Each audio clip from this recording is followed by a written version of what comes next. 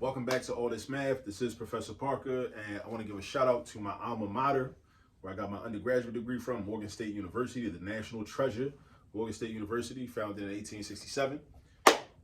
And now let's get into this math. So this lesson, what are we doing today? We are going to talk about how to solve quadratic equations. How to solve quadratic equations. I got two examples up here, right? Now, first of all, what makes it quadratic? What does that word mean? A lot of times, as teachers, we try to teach new lessons and we throw all this terminology and vocabulary out at you, and we don't even take the time to make sure you know what we're talking about. Quadratic. Basically, it means that within the equation or the expression, the biggest exponent you're going to see is a 2. The biggest exponent you're going to see is a 2. That's what makes it quadratic. All right? So if you ever look at an equation and you look at all the different variables and you see different exponents, if the biggest exponent you see is a 2, that makes it quadratic. Also, when you graph it or draw a picture of it, it's going to look like a parabola. Either a parabola looks like a U, or an upside down U, or it could be a sideways U, or a left facing the other way, but the graph is going to look like a U. All right? What else?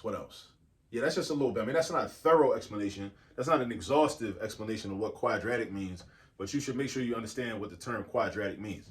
All right? So again, biggest exponent is a 2, right? This x, and when I say exponent that the variable has. So this x has a 2, this x doesn't have an exponent, which means that there's an invisible 1. If you ever see a variable with no exponent written, that means that the exponent it has is an invisible 1, right? It's kind of like what's understood don't need to be said, right? What's understood don't need to be written. So that's x, that's really x to the first power.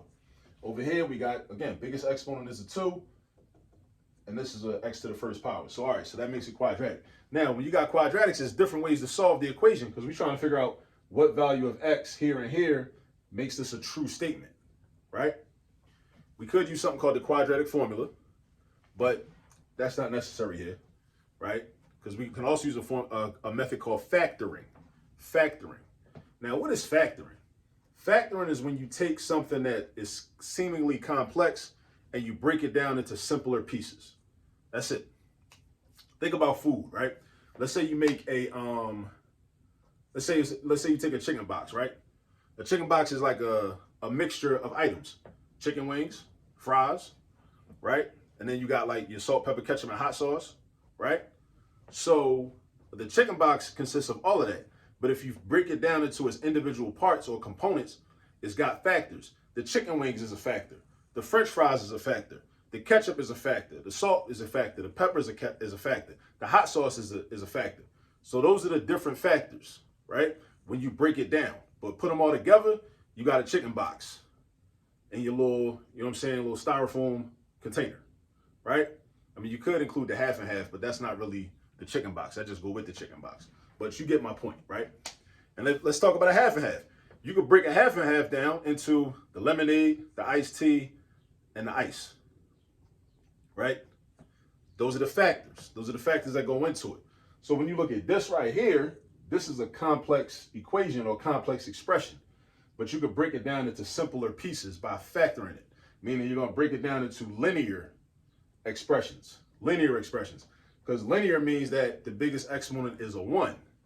So when you take a quadratic and you break it down into expression where your biggest exponent is a 1, that means you made it simpler. So watch what I do, right? Watch me work.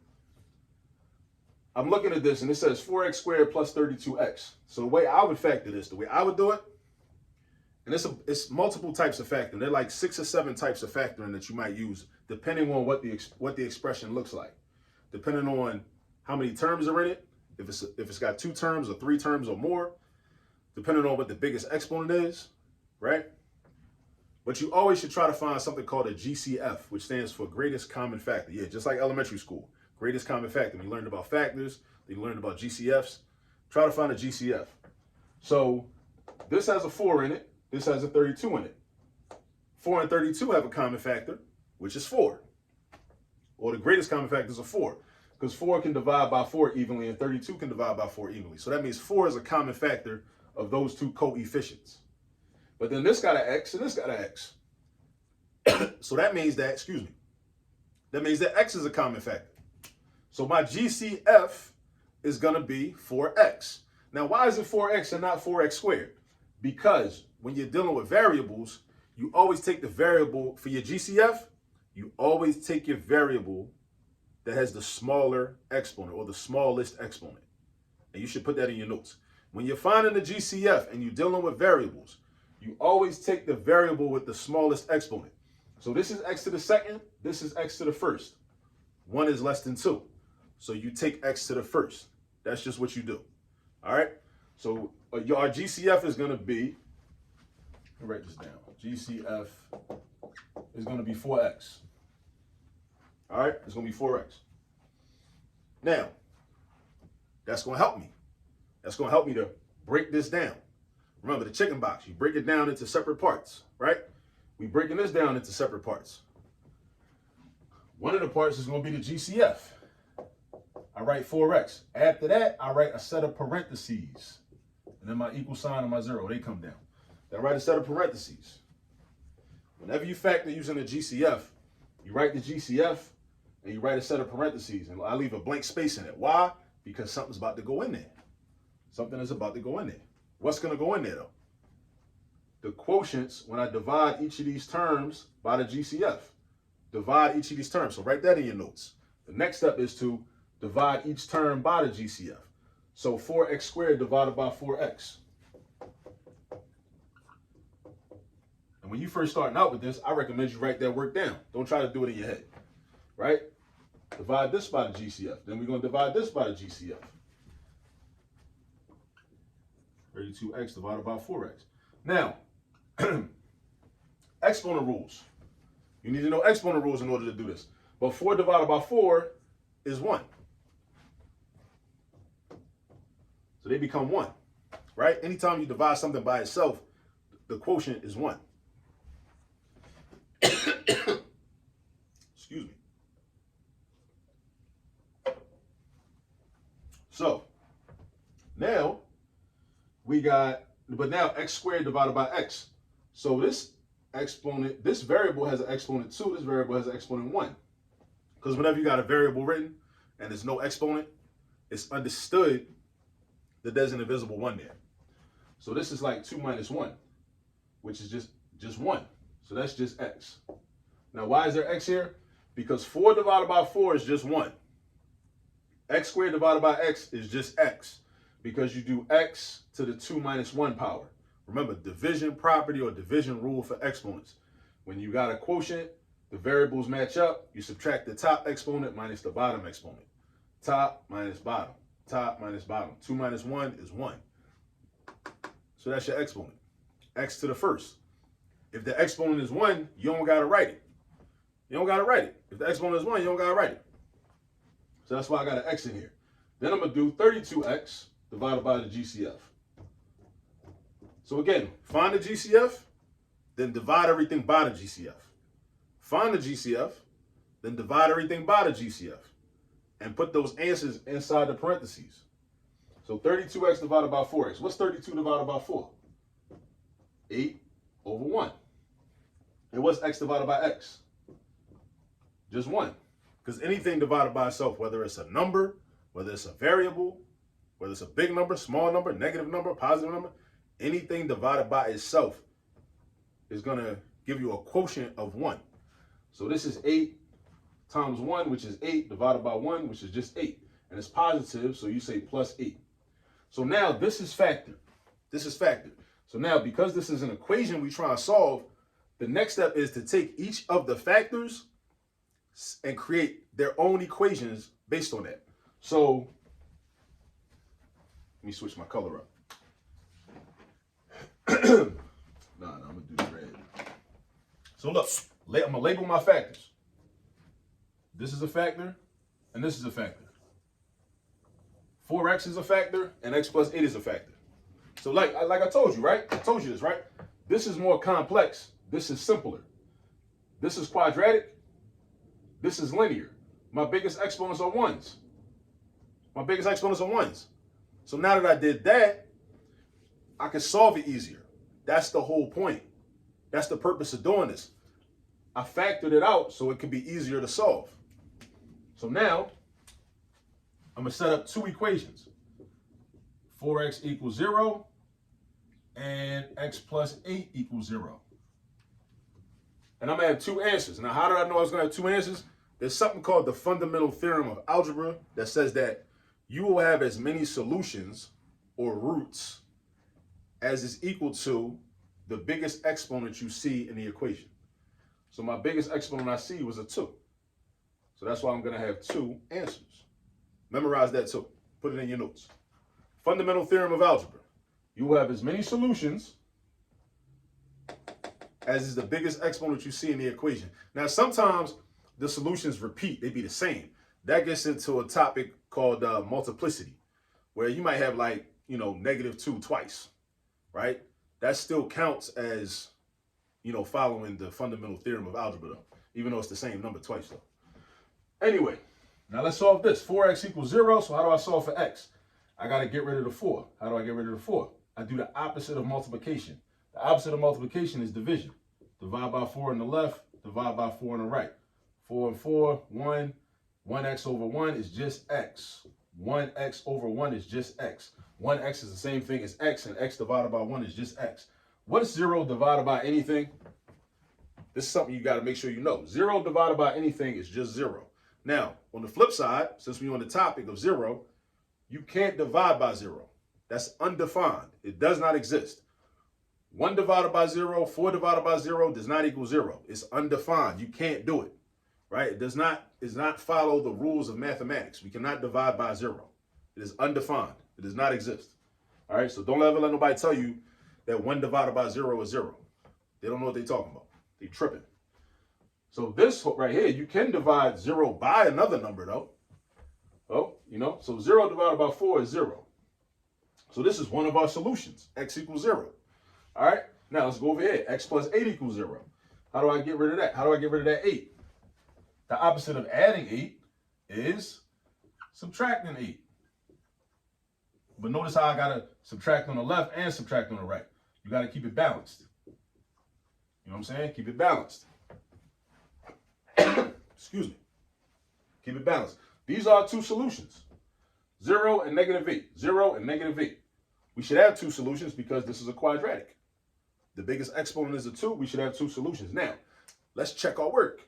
Let's check our work. Watch this. Replace the x's with zeros. Replace the x's with zeros. Now, we check with one of them at a time. We don't check with both of them at the same time. Meaning this. This is a mistake I've seen in the past. You don't put a 0 right here and the -8 right here. That's not going to work anyway, right? You check one at a time. So you put the 0 here and the 0 here. So 0 squared is 0. 4 times 0 is just 0. 32 times 0 is just 0.